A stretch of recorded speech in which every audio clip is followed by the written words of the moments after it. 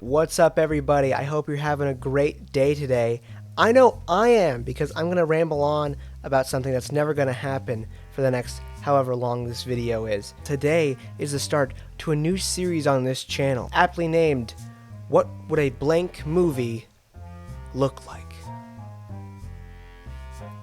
It's a work in progress title. I'll workshop it, okay? In this series, I plan to take video games that don't really have plots or really good character development or anything like that, and put them into a live action film setting to where we can develop the characters, adapt them, and set them up for the big screen. That's a movie theater, if you didn't know that. It's a little insider tip there. So this series came to me after I was watching some video game movies, and I was noticing that a lot of the video game movies that are coming out have little to no plot, or like source material to work off of. Rampage, Angry Birds, the Sonic the Hedgehog movie. I mean, like, you could go down that rabbit hole, but we're not. All those films and more are getting film adaptations when they don't really have anything to work with in terms of the scope of plot and characters and lore and all that stuff. Now, I've watched a lot of video game movies, some good, some bad, but overall, here's what I and many other people have learned from watching these films. Number one. When making a video game movie, you have to deal with the giant runtime of the plot of the original game. So to condense that all down into a 1 hour and 40-minute runtime is really difficult. This leaves a film in like complete disarray because it doesn't have fleshed out characters, there's arcs and plot points that aren't developed or fully let through, or if anything, they're sped up and it's super clunky and weird. Because remember, they're Minecraft speedrunning this crap. And you can't really blame them for this. It's gotta be a Herculean task to just condense 40 hours of gameplay into an hour 45 minutes. However, you can blame them when they do make their own story and it still sucks. Rule number 2. So like I said before, sometimes scriptwriters do make their own stories with established characters and lore from the original game to service the film. This sometimes leads into them throwing away the original plot in honor of theirs to just make sure that everything goes swimmingly and they don't have to pick up any plot points from the original game. However, this does not go over well with gaming audiences because they know these characters, they know what's wrong, they know what's right, and they're gonna see that, and they're gonna be peeved off, and you do not want gamers mad. Because nobody wants a fanfic insert character coming into the movie and just saving the day and being the hero and what? Neil Druckmann, I'm not talking about crappy sequels, I'm talking about video game movies. Get out of here, man! Number 3. Another job video game movies are tasked with is replacing the original gameplay with something more interesting. Since general audiences can't tell the actors on screen what to do in the scenes, because that's how movies work, screenwriters have to make up for this by using good writing and spectacle, you know, like. This is hard to do, as I mentioned before, because scriptwriters just don't want to mess with the characters and the lore and change anything up, because if so, gamer rage, you know what I mean? However, there's nothing wrong with tampering with the lore, characters, and plot of a game that really just doesn't have any. Yeah. That's where I come in with the first episode of the series being about the classic tower defense game, Plants vs. Zombies. Before we start, I would like to say, please drop a like and a sub with post notifications on so you can,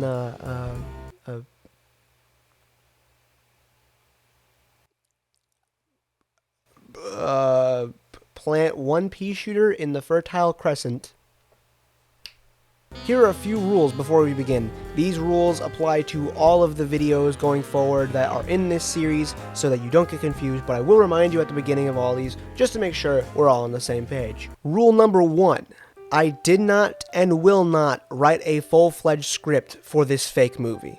This is only about concepts of the film, like just subjects and that kind of stuff to talk about, not entirely about the plot. That is the kind of last thing I want to talk about.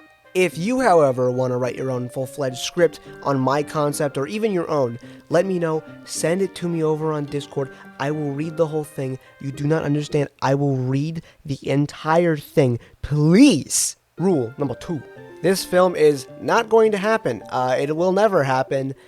So just don't get your panties in a twist is all I'm saying, okay? This is all fake. This is all for fun.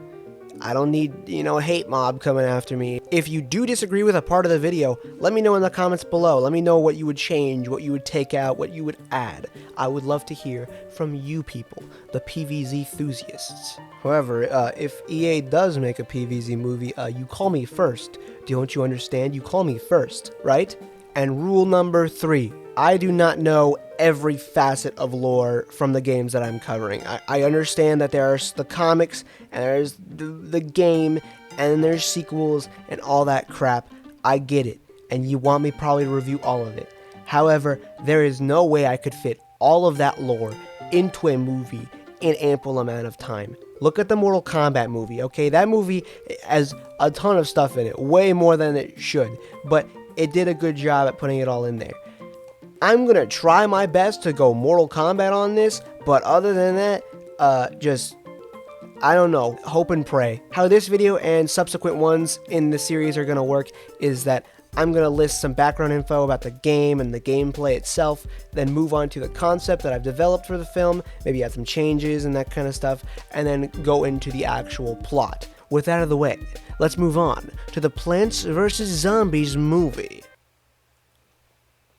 I don't know this transition. This is a Plants vs. Zombies was released by PopCap Games in the glorious year of 2009. Obama and Crazy Dave? What a year to be alive. A few years later, EA would buy out PopCap Games in 2011 because that was the year they decided that fun wasn't going to exist anymore. The game was designed by a man named George Fan, who designed a game prior to this called Insane Aquarium, which you might have heard if you grew up in the 90s or watched that one episode of Oni Plays. Yeah, IRL. Why can't this be real life? That's at least how I know about the game. I don't know if you know it, but let me know in the comments how you figured out about Insane Aquarium, if you know what it is. I like George to have like a cameo or something in the movie, just like a funny little thing, because he didn't get to work on any of the other PvZs, and I feel really bad for him. Alright, now let's move on to some gameplay, why don't we? And look, I know you probably know how the gameplay of PvZ works. It's 12 years old as of now, but it'll help us understand how the plot works and how everything else works, so just go with it, you know what I mean? Plants vs. Zombies consists of a wave-based tower defense system where zombies approach from the right side of the screen and try to get to your house where they eat your brain. Players are able to defend themselves by using the 5 or 6 lanes to place down plants, which will shoot at the zombies, defend their house, or something in between. Waves end when all the zombies are killed, and if a zombie reaches your house, a lawnmower will run them down and head all the way to the end of the stage, killing all zombies in its way. After that, the lane is completely open for any zombie assaults, so you gotta make sure that place is down pat, you understand? The gameplay, of course, gets mixed in with stuff like the night segments, the pool segments, the fog segments, and the roof segments, with different zombies being added in, and all that good stuff. As for the story of the game, that's where it gets interesting. In the adventure mode for Plants vs. Zombies, there are 3 main characters, that being you the player, Crazy Dave, and Dr. Zomboss. Now the game gives us a super simple plot to work off of. You as the neighbor, which I will be calling them that for the rest of the video, are living a simple life at home when all of a sudden zombies begin heading towards your house and are going to eat your brain. You defend yourself with a pea shooter, and then Crazy Dave offers you some more plants to help you survive these approaching zombie horde. After 10 levels, you move locations or time of day, you get new plants, you fight new zombies, it's a crazy game, it's the newest, hottest game on the market. Then, the final level is revealed to be on the top of your house, with a boss fight that can put the Iron Giant to shame. You stay, I You learn that an evil zombie scientist named Dr. Zomboss was behind the whole thing, and after you destroy his zombie army, all the zombies surrender, and they get together with the plants, and they do a little music video, and it's really cute. Aww. So yeah, it's not much for a story, but there is some things that we can pick and pry at to get something out of it. So we have the protagonists, the neighbor, Dave, and the plants, of course. For the antagonists, we have Dr. Zomboss and his zombie army. So the setting is a suburban house, however, we don't really know where. And I don't feel like just saying suburbia or Neighborville, because that's boring and I need to make this video a little longer, okay? Also, I feel like we could just probably pin down a real life location. I mean, it can't be that hard. I'm hopeful, yes I am hopeful for today. Take this music and use it. The plot. Dr. Zambasa sends his zombie army after the player/neighbor in an attempt to get his or her brain. But, here's the thing is, like, when you hear that, like, that no sound clip, you know, play the clip guy. No! Yeah, that's obviously a dude. So, sorry ladies, but you're not canon. George, blame George Fan, not me. And the stakes, which is obviously the player's brain, also their life in general. But I think we can raise the stakes a bit for this movie to, like, the world. But that's just kind of just simple zombie stuff, you know what I mean? The only thing we're really missing is a theme or moral message to this story, because I couldn't find one in the plot, and I couldn't really think of one myself. So I'm going to let you guys decide that when I tell you what the story is. Now let's move on to the concept part. Yeah, this is what you came here for.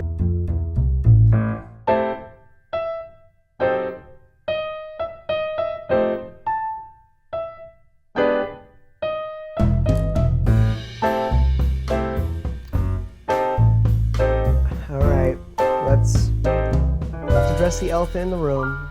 All right. I am wearing a different shirt. All right, so for the first part of this concept, I'd like to talk about the basics of the film, the genre. For the PVZ movie, I'm thinking that maybe it should be somewhere in the realm of a dramedy with some action and horror elements thrown in there for good measure. Dramedy because I don't think it could entirely be carried as a drama, and it can't entirely be carried as a comedy. As for the action and horror, action because there's like gun plants, and horror because well, you know, the rating. So for this movie, I would like to be shooting for a PG-13 rating. I know that might sound weird for a game that's E10 and up, while a teen rating would be more appropriate for a PG-13 film, but hear me out. I don't want to make it R to alienate audiences, but also we have to have zombies in it. And what happens to those zombies in the game? You know. I don't have to tell you, you know. That's right, baby, it's freaking murder. They get freaking dead, dude. Turn that off, dude. Oh, yuck, dude. Oh, dude. Stop. I looked into what constitutes a film as being PG-13, and it's so vague it could probably get its own video, but for right now, I'm going to list the reasons for why I think this film should get a PG-13 rating and not an R1, because oh my gosh, these plants really do hate some zombies. Violence. So, I spent like a solid 10 minutes researching how every way zombies can die in the original Plants vs. Zombies, and here they are. Dismemberment, immolation, crushing, explosions, drowning, digestion, and a possible peanut allergy Easter egg. We'll put in there some sneaky one. You know what I mean? In order to retain a PG-13 rating, we would probably have little to no blood involved in these deaths. There'd be a lot of them, but like, you know, they're zombies. Language. I'm making it so that characters can swear in this movie, because one, the situation's pretty tense, and you'd probably say some swear words if you were in that situation, but also, what PG-13 film doesn't have swear words in it? Like, it's just simple math. Some horror elements. Hey, if The Conjuring can get an R rating for just terror alone, I think we can get a little bit of a horror element in there too, just for having zombies. Who's with me, right? For the movie, it doesn't really matter if it's so scary that audience members poop themselves, but like, just scary enough to add some tension to the scenes. Honorable mention here, but screenwriters for this movie, you get one weed joke. That is it. Use it wisely, you get one.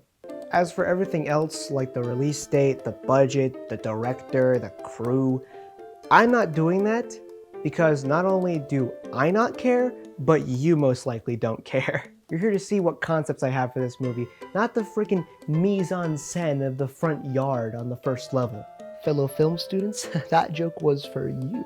If you do care, however, headcanon them yourself, comment on this video, I don't know, bully me, I don't know, be a jerk or something. Now, while I didn't do everything for this film, I did cast some characters, and you're probably thinking, Kai, why are you acting so cocky about this? Like, there's only like 3 characters, you know, like the neighbor, Crazy Dave, and Dr. Zomboss, and you'd be right.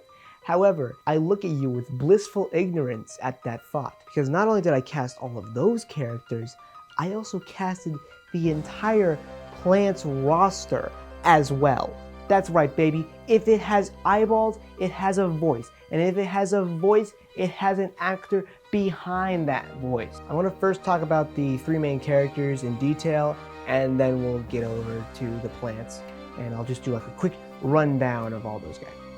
Before we begin this cast list, I just want to say that I was inspired by the Super Mario movie that's coming out soon.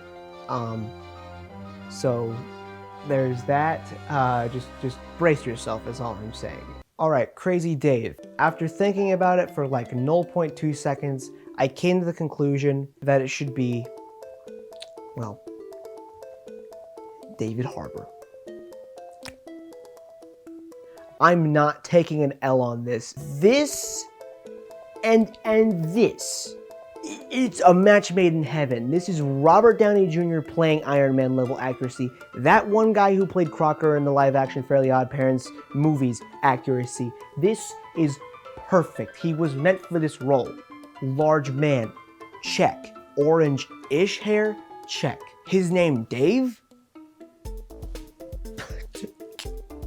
You can't make this stuff up. As for the neighbor, I went with a very simple, everyman approach. Tom Holland. Kill me if you want, torture me if not. Tom Holland's a good actor. Say what you want about the Uncharted movie, which I thought he did really good in. We can make money off his name alone, and him being in the movie, good acting, is just a solid bet, you know, and it's better than freaking Chris Pratt Garfield. So for Zomboss, this one was a little bit tricky. I kind of thought of this one later because I just didn't know who to cast. There was a lot of options, and I was thinking like we could do like Christopher Lloyd or like Willem Dafoe, and then everyone was telling me to do Willem Dafoe, and I'm like, everyone wants Willem Dafoe to be a bad guy. You want to be freaking William Afton? It's like, it's too much, guys. You gotta stop saying Willem Dafoe is a bad guy and everything. It's just too much. So I decided instead for the actual supervillain zombie man himself to be played by Steve Buscemi. I think this is a solid casting. Give yourself a few seconds. Okay, imagine this guy. Okay, imagine him. He's on top of a giant robot zombie. Close your eyes, think. You got it? Okay, cool. You're getting it now, aren't you? Anyway, I chose Steve Buscemi because he's really good at acting. He's really good at comedy. He's played a few villains before, and he did pretty good as those. So, you know, why not? You know, like if all else fails, Steve Buscemi for the win. With that all out of the way, let's throw it over to the plants. Just so you know, for plants that have similar types, like variants and that kind of stuff, I just decided to group them with the same voice actor because maybe they could just do a different voice or something. It would be the same actor though. 3, 2, 1, go! The pea shooter and all related other pea shooters played by Ryan Reynolds. Sunflower played by Olivia Rodrigo. I'll get to that later in the video. Cherry Bombs, The Rock, and Kevin Hart. The Walnut and all related walnuts. Sylvester Stallone. Potato Mine. Jerry Seinfeld. Chomper. John Cena. Puff Shrooms and all related Puff Shrooms. Gabriel Iglesias. Sunshroom. Finn Wolfhard. Gravebuster. Like Keith David. Hypno Shroom. Michael Cera. Scaredy Shroom. Justin Roiland. The Doom Shroom. More like Idris Elba. Lily Pad. Simu Lee. The Squash. Stone Cold Steve Austin. Tangle Kelp. David Hayter. Jalapeno. Eric Andre. Spike Weed / Rock. Clint Eastwood, dude. Torchwood. It's Vin Diesel, baby. The Plantern. Ryan Stiles. Cactus. Emily Blunt. I just gave up on that one, honestly. Clover. Ezra. Oh gosh, no. Starfruit. Probably like some kid actor or nothing. No, John Krasinski. Screw you. Pumpkin. Thomas Hayden Church. Magnet Shroom. Toby Maguire. Cabbage Pult, Ewan McGregor. Flower Pot, Kristen Shaw. Oh, what's up, Colonel Pult? Did you know that you're gonna be voiced by Conan O'Brien? Coffee Bean? Who else could have that personality but Pete Davidson? Garlic? More like Bobby Moynihan. This is a perfect casting. Umbrella Leaf. More like Thomas Brody Sangster because of fur. Marigold? Jennifer Lawrence. Melon Pult? Jimmy Kimmel, man. And finally, Cattail. Zooey Deschanel. She's so quirky. She's so quirky. Well, speaking of the plants, I think we should probably talk about them for a bit because they are kind of in the title, you know, like that's their thing, man. I kind of want the plants in this movie to act as sort of like little sidekicks to the characters who actually say funny stuff and kind of support everybody. And, you know, they get ready to fight. They're all kind of cheery and peppy and all that jazz. They're kind of like the moral center of everything. They get Dave to help out the neighbor in the movie and, you know, have everybody support each other. And they're really nice. None of them are really aggressive, if anything. Even like the Doom Shroom, he's like a Chad. He calls you buddy. I don't know what cool people do. And I want them to be a big source of comedy in this movie. So like they say something funny, or they do something funny, or they kill a zombie in a funny way, or they just say something funny because it's Ryan Reynolds. He's so funny. I also want to talk about the design of the plants in this movie, as they are going to be CGI because this movie is live action. I think our best bet would be able to take some designs from Garden Wharf. Oh my gosh, no, not that one. No. Oh, those ones. Yeah. Those ones are much better. These plant designs are great. They completely capture the essence of the originals while making them more grittier and realistic looking. I would, however, like to tweak the plants a little bit in terms of design, as these are great in a realistic sense, but I don't like the grittiness of it. I want to keep that like kind of cute factor that they originally had in the first game. Maybe mix these two, take away like the grittiness from the PvZ Garden Warfare ones, and you know, you got yourself like a neat looking little plant. A little cutie pie, look at him. Also, they cannot walk like in Garden Warfare. They are going to stay potted and planted. Okay, thank you.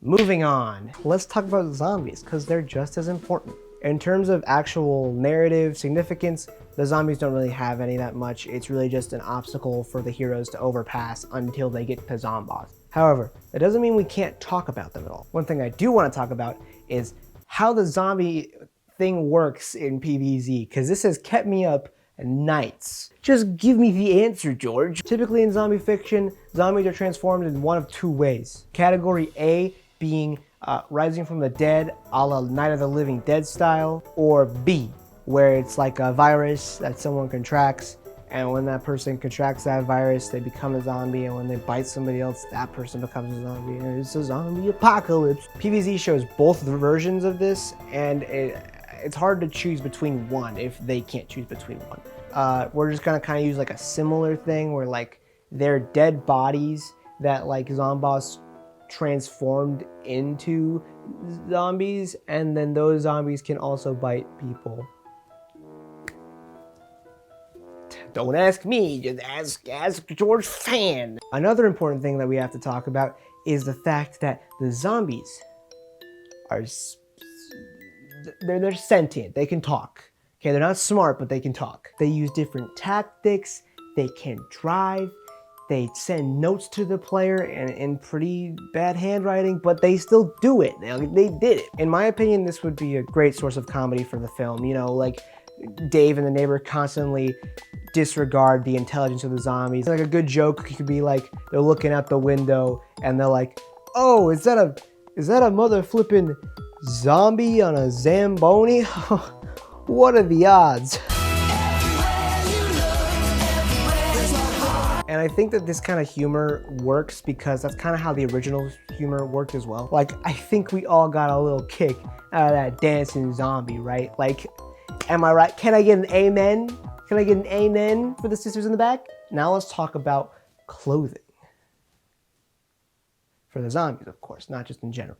So you probably were wondering, Kai, how are you gonna make like every single zombie wear a brown jacket, white shirt, striped tie, and blue jeans? Answer is I'm not. It would be way too hard to realistically implement into the film, so I just didn't bother doing it at all. Instead of adding certain zombies into the movie that were originally in the game, that have physics and things that they do that just do not make sense, we can instead put some of their outfits onto the normal zombies. And it's like, that's a little cheeky reference, but also it's a substitute for us not putting them in the actual movie. You understand? As for this zombie outfit, maybe we could give it to the first zombie that is seen. Maybe we give it to Zomboss when he's like a human or whatever, you know, before all the events of the movie happen. I don't know. I just think it would be a little funny Easter egg if we put that somewhere, but only like maybe once or twice. All right, now it's time we talk about some big changes in the film. You crying right now? Dude, calm down. Dude, calm down. I get it. I know no one likes it when a video game movie adds unnecessary details just for the sake of it, but these details are going to be used to flesh out the world and characters of the movie and give us some background as to events and locations and all that good stuff, okay? As we go about this list, I'm going to talk about the least extreme first and head all the way down to the most extreme, where I basically just start talking about the plot. So let's get into it. Number 1, the neighbor is new to the neighborhood. Now this one isn't too crazy, obviously it's the first one, but there's actually a lot of evidence that proves that the neighbor actually just moved in. The fact your grass isn't fully installed when you start off, you only start off with a pea shooter, and you've never met Crazy Dave prior to the zombie invasion. So, makes some sense. Now, also, I want to talk about this for a second because this is kind of important when it comes to video game movies. As of late, video game movies have been adding these like random self-insert OC characters into the story to help main characters go along their quest and to act as kind of like an audience surrogate. Some examples of films that have added these kinds of characters are Mortal Kombat 2021 with Cole, Detective Pikachu with Tim, and Sonic the Hedgehog movie with that guy from 30 Rock. Haha! You thought I was going to say Hop, didn't you? That's fair. By making the neighbor a new person in the neighborhood, that gives us our audience surrogate for the rest of the film, which is pretty muy gusto. You can argue with me in the comments about whether or not that made sense, but it makes sense to me, okay? Number 2. The location of Neighborville. We can argue all day, night, pool, fog, and roof about whether or not we should actually set the film in Neighborville, but if we get down to the brass tacks of it, we still gotta do some location scouting or get some inspiration for how the entire world of PvZ is going to look. So I used this map of Neighborville to help me pinpoint down where we should set the movie. After glancing around at the map for a bit, you kind of see like how can he even use this to pin down a location. It just looks like a bunch of locations for maps to be set in Battle for Neighborville. But I'm not looking for locations, I'm looking for geography. We got a dam, we got mountains, we got woods, we got it all. All good indicators, however, only one of these locations actually gave me any help. Mount Steep. This is like a giant outlier to everything else in the map. The kind of mine shaft and southern iconography made me dial down my search even more. So after a few more hours of looking at this map and all the other locations and thinking about where they could go, I finally came to a conclusion. Somewhere in California. Giddy World represents all the amounts of theme parks that are there. Zomboss HQ and Dave Manor obviously represent the Beverly Hills and Silicon Valley. After narrowing down on California, I then had to narrow even further to a suburban area in California. After hours of searching and delegation and searching, I finally found the perfect place. Simi Valley, California. A city located in, you guessed it, Simi Valley, which consists of some of the most suburban houses I've ever seen. I'm sorry if you're from Simi Valley and I offended you, but you live in a suburb. Not only that, but there are also football fields, ice rinks, and a few basketball courts to get our zombie sports quota out of the way. In all honesty, this is probably the perfect place to film the movie, or at least take inspiration from it. I mean, I lucked out, to be honest. Should we use it as inspiration, or should we actually film here? I don't know, screenwriters, I'll leave that up to you. Number 3, Crazy Dave will speak English in this movie. I know, don't get your pitchforks yet, let me explain. This decision is kind of needed as Crazy Dave is the main character in this movie, and I don't want him to be this kind of Chewbacca Groot character who only grunts or whatever. At first, I thought a good solution to this would be borrowing a trait from a character from Far Cry 5, Chad Wolanski. When speaking to you, Chad is completely incoherent. You can't even understand what he's saying most of the time. He just starts talking in these guttural speeches and like slurring his words, and you just can't understand what he's really saying. Fancy shit fruit. Simple. Simple and tasty. However, when you turn the subtitles on, you can see that he's actually saying words, and the subtitles sync up to what he's actually sounding like. Fancy shit fruit. Simple. Simple and tasty. And I started this section out with an "at first" because I don't want David Harbour to have to endure mumble speaking for an entire movie. He's a good actor, he'll make the role his own, just without mumble talking, okay? Can we agree on that? Moving on. Number 4. The house being defended is not your own. It is Crazy Dave's. Now this one mainly makes sense for the entire plot of the movie, but I think it also makes sense for the game too. Crazy Dave, throughout the entirety of the game, just kind of like sits back and like doesn't team up with you or anything. He just kind of like sells you stuff from his car, and like that's it really. That's all he does, and gets kidnapped, I guess, too. Maybe we have it to where the neighbor gets saved by Dave and his zombies, and he can't make it back home. So what he does instead is that he goes to Dave's house and they team up. Would make more sense. And number 5, Crazy Dave, Dr. Zomboss, and the Bloom and Doom Seed Co. Now this one kind of doesn't belong here, but it is a gigantic change. It's pretty much just an entire lore change. So basically, in the movie, Crazy Dave, Dr. Zomboss, and the Bloom and Doom Seed Co. are all connected.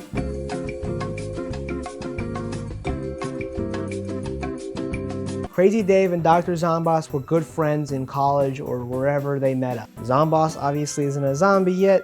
They make Bloom and Doom Seed Co., and it goes pretty well for them. Dave is this budding new scientist, pun intended, because he's a botanist kind of scientist and wants to defend people by using plants in a scientific way. Zomboss is all about the study of death, pain, and how to inflict that pain, so both Dave and Zomboss team up to make the Bloom and Doom Seed Co. They basically come together to make these plants be able to work as a home security system and also kind of help you do chores.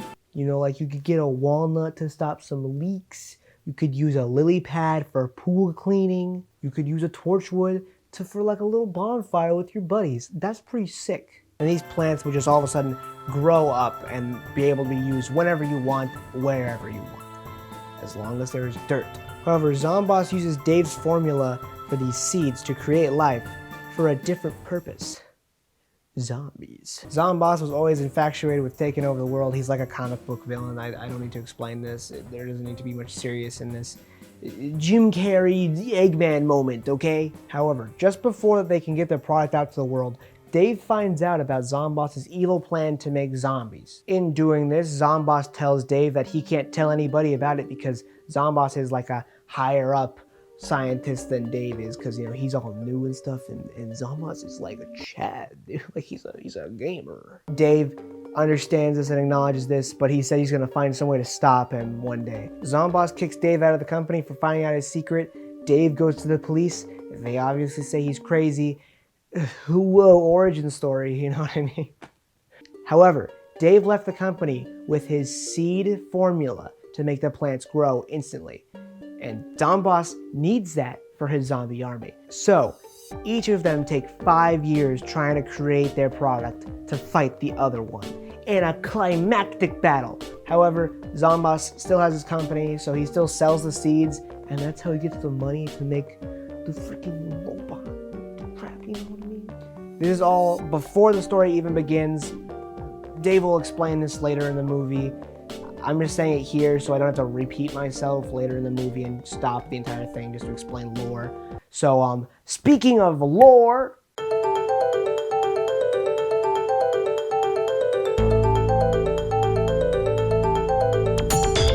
man, with all these clothing changes, I'm like Lady Gaga or something. Somebody stop me. All right, now it's time to move on to the story part. And to be honest, I wrote a lot for this part, but on one hand, I think it's okay, and on the other hand, I think it's a fan fiction, and I did an awful, terrible job. So instead, what I'm going to do is I'm going to give you the bare basics of how every scene plays out, and then you can get your own camera shots and your own headcanons of what happens and all that jazz. I don't care. It's up to you. The movie begins with a neighbor moving into their new home with the help of a mover, and as they're doing it, they see Crazy Dave's house from across the street, all decrepit and full of foliage and looking old and run down. Oh, it's spooky. It's so scary. As the neighbor looks at it, he's like, what the heck is this kind of house? And he's really questioning about it. And he asks the mover, who's kind of relatively well suited for the area. He knows stuff about the area. The neighbor asks the mover about Dave and all of his weird stuff that he has, and the neighbor responds by bringing him inside and telling him more about it. Brings up all these conspiracy theories and stuff about Dave, stuff that isn't true, all this jazz. After this quick chat, the mover leaves, and the neighbor decides to host a block party to kind of introduce himself to the people of the neighborhood. Because of this, he goes outside and starts knocking on everyone's doors, asking them if they want to join, and he finally gets to Dave's house. He's very secretive and very kept in and doesn't really tell the neighbor anything, and he just kind of refuses his request. So the neighbor leaves and goes home. What's next is a scene where we see Dr. Zomboss preparing for his zombie army to be unleashed onto the world. Preparing, he's doing all this stuff. I didn't really picture it in my head, but he's just getting ready to invade tomorrow. That's when the party is. Oh my gosh, there's conflict. What? After this, so the next day, and then he has to go out and buy some groceries to get for the block party he's hosting. In doing this, he meets a lot of other people at the grocery store who are also in his neighborhood. The neighbors give different accounts of Dave and what he's like. The neighbor then lets them know that he tried to talk to Dave and Dave refused his request, and they decided that maybe he should ask one more time just to see if he will, because, he's a new guy. Maybe Dave's, willing to meet somebody new. Who knows? Might as well try again, right? After he goes to the grocery store, he comes home and he paces back and forth whether or not he's going to ask Dave to come to the party, and he says, you know what? Screw it. I'm going to do it. He steps outside. It's kind of overcast. It's kind of spooky. It's kind of spooky outside. And he walks on over to Dave's house, knocks on the door, and asks him politely one more time if he would like to go to the party. Dave shuns him away, and the neighbor, defeated, walks on back to his home until he gets jumped by a zombie. Holy crap, dude. Holy crap. We cut back to Dave, who hears a voice saying that maybe he should go to the party. It'd be good for him. It'd be nice. And that's the plans, dude. That's the freaking plans. Dave agrees to this, and he decides, you know what? Maybe I should go to this party. It would be good for me. Dave steps outside and sees the zombie mauling the neighbor, and he's freaking out. He's like, holy crap.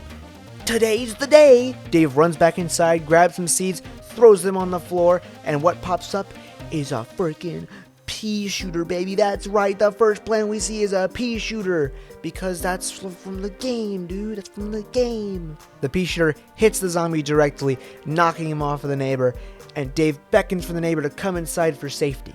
The neighbor runs on over to Dave's house, gets inside safely, throws some pea shooter seeds across the lawn as they defend more and more from the zombie invasion that's approaching. The neighbor is confused and asking what's happening and everything, and Dave's like, I'll explain everything, but you need to help me right now. We need to focus on the now. We'll get to that later, okay? So the neighbor agrees.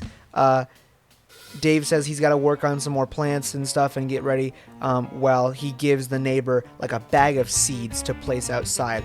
And the neighbor's like, what do I do with this? Just run out and start placing plants. What he gives him is a bag of every single day plant from the original game, and he just runs outside, starts placing them down, and they are all doing their thing. You got all the voice cameos popping in and out and all that stuff, shooting all the zombies and winning. After that's all said and done, a zombie either strays away or whatever and tries to catch the neighbor, but as he tries to do it, something happens. I kind of have this planned out where he's in a shed or something. He's backed to a corner or whatever, and he sees a lawnmower, and he revs with the lawnmower, and it runs him over or something like that to show that oh, that's a cheeky little reference to the original game, the lawnmower's running down and everything. Because I can't really see them fortifying their house with lawnmowers, and yep, I just own 6 of those.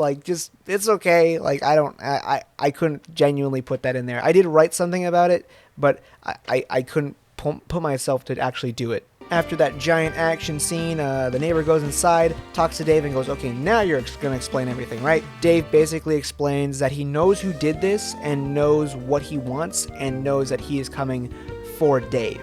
And that not only did the neighbor choose the best house to be in at this certain moment, but also the worst one, because that means more zombies, but you can still protect yourself with the plants. As he does that, one of the plants from outside starts beckoning for them to come up to the front.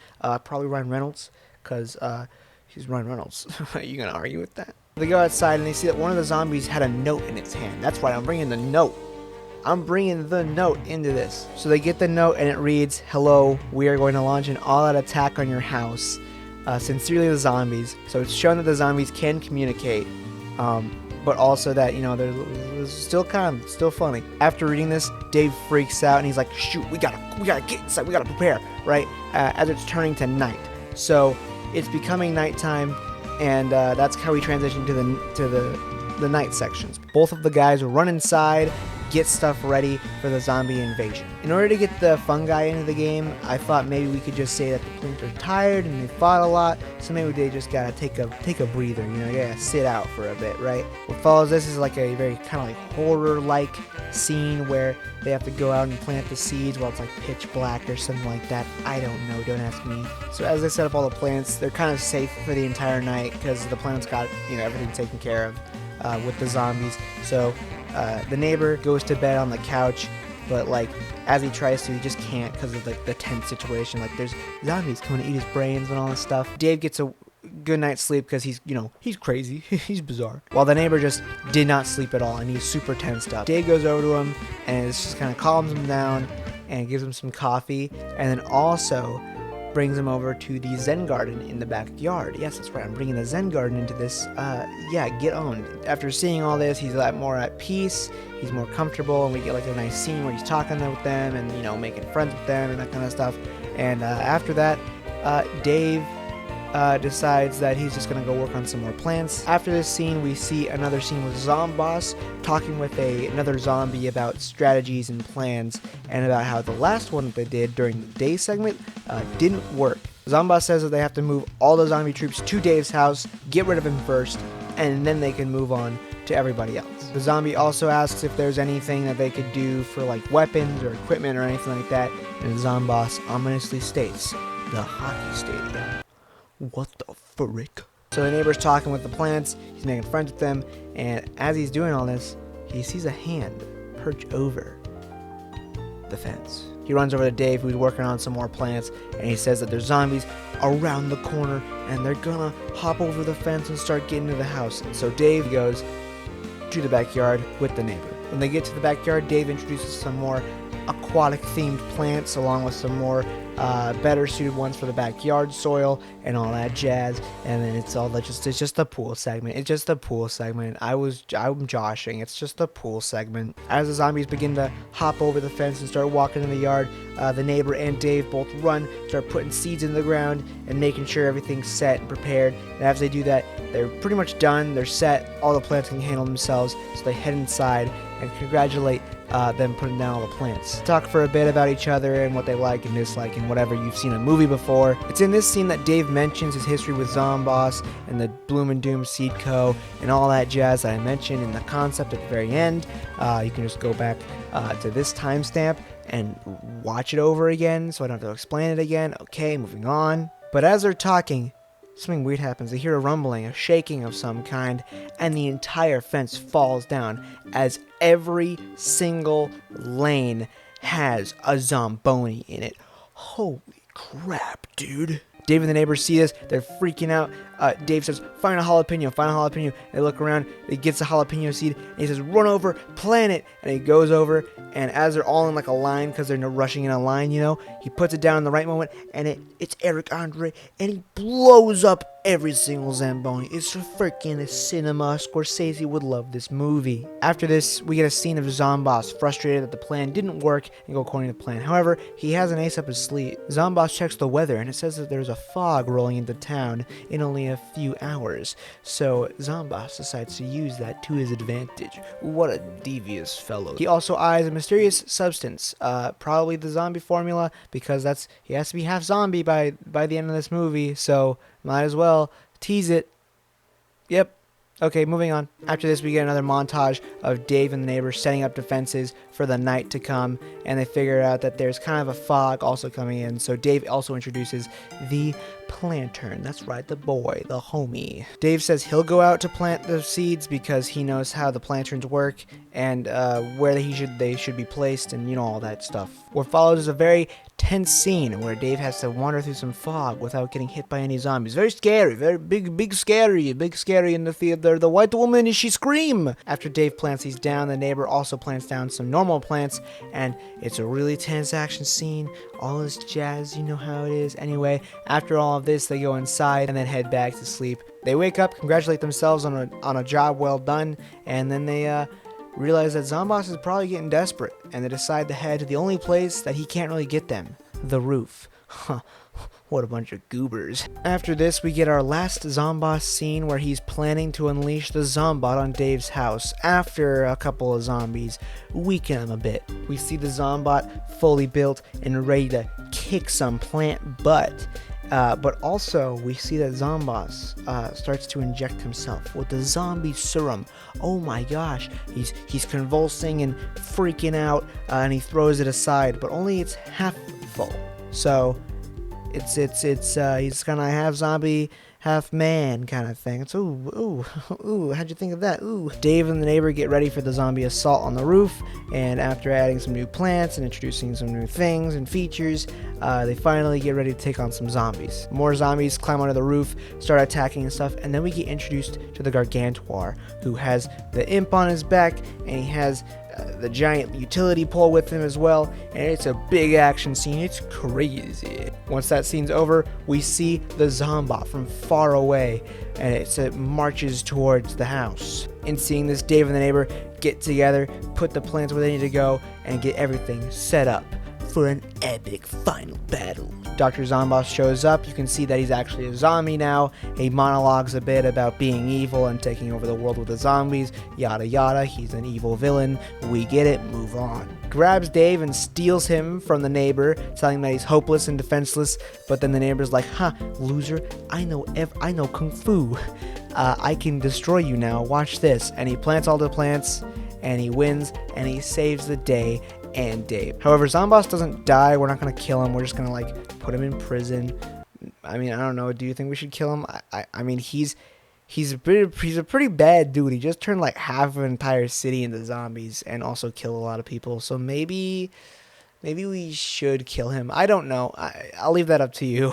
So for the zombies, they're kind of like how they act at the end of the game, where they're like, oh, let's just be like humans, but kind of dumber, that's how they integrate into society that easily. And because of this, we get a classic little song to end off the movie. That's right. There's a Zombie on Your Lawn, sung by Olivia Rodrigo. Who could have predicted it? Did you predict it? Did you get it? I think you got it. That plays over the credits, and then the movie ends. So I think that's a pretty good end to the movie. However, it's not. That's right, baby. Post-credit scene, we see Dave. He's got to leave for some sort of occasion when, the neighbor's like, we got to accept the key to the city. Or whatever, because they're heroes. Dave's like, yes, I get that, but I have more important things to attend, and plus, I'll be back in time. And he goes, how? It's in 5 minutes. And then Dave's like, watch this. Dave opens the garage door to reveal Penny from the sequel, Plants vs. Zombies 2. That's right, the time-traveling RV. How sick is that? Dave asks if the neighbor wants to join him, and he says yes. Also, Penny is voiced by Jennifer Connelly, which if you know who she's played, you probably hate me a lot, but screw you, I think it's funny. And that's the Plants vs. Zombies film. If you have any complaints, let me know in the comments. And happy anniversary, Plants vs. Zombies. It's an amazing game. It's been 13 years since the original release. Thank you every single person who worked on the original, and also thank you, the viewer, for watching this far. I'm very, very thankful that you've made it this far in the video.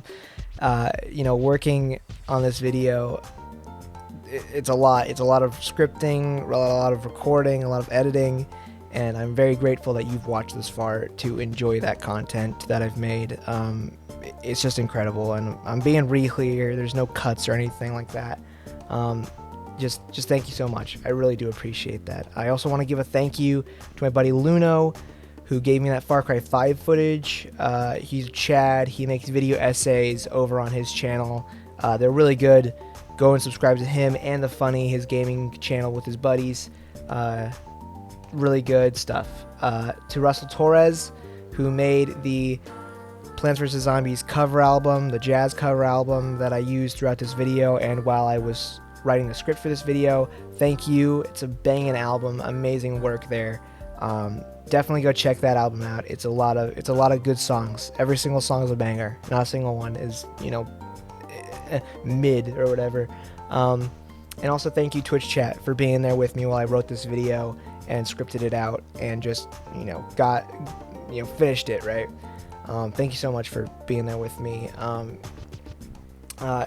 I really appreciate every single person watching this, and I hate to ask this, but if you could, please, please, please go share this video with everyone you know. I worked really hard on it, and I would really appreciate it if we got to like 55 subs, or maybe even 200 views on this video, or something like that. Just something akin to that. Show it to your mom, show it to your dad, show it to your brother, your sister, your dog, I don't know, your Discord server. That's good. Your dog's Discord server. Just share it everywhere. Share it everywhere. But that would just make my day even more. Like, subscribe, comment, all that jazz. What you liked, what you didn't like. But thank you so much for watching this far. Have a great day. Have a great night. Have a great whatever you're doing. I wish you luck. Drive on the right side of the road. And I have to make a little promise to Twitch chat. So I'll see you guys later. Have a great day. I've been Fabio Vanilla. Peace out.